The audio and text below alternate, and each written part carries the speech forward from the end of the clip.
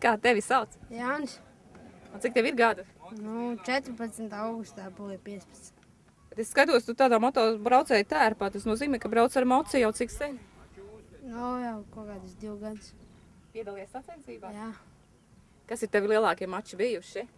Latvijas čempionāts un Igaunijas. Kādi rezultāti?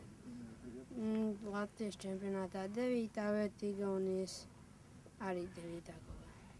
Nu, un kā tu, teiksim, šajā te nometnē jūties, kā tev te ir gājis pirmo dienu? Labi. Nu, kas tev vislabāk te patīk? Viss tas process trenīt. Nav par grūtu? Nē.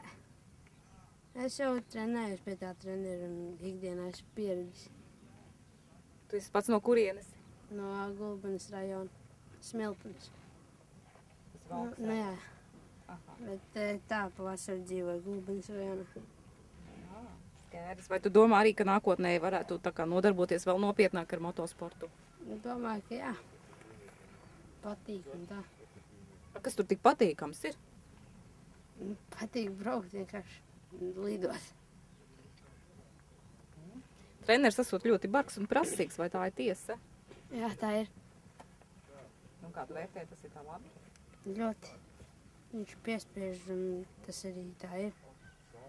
Un, ka piespiež, tad arī to izdaru uzreiz ātrāk.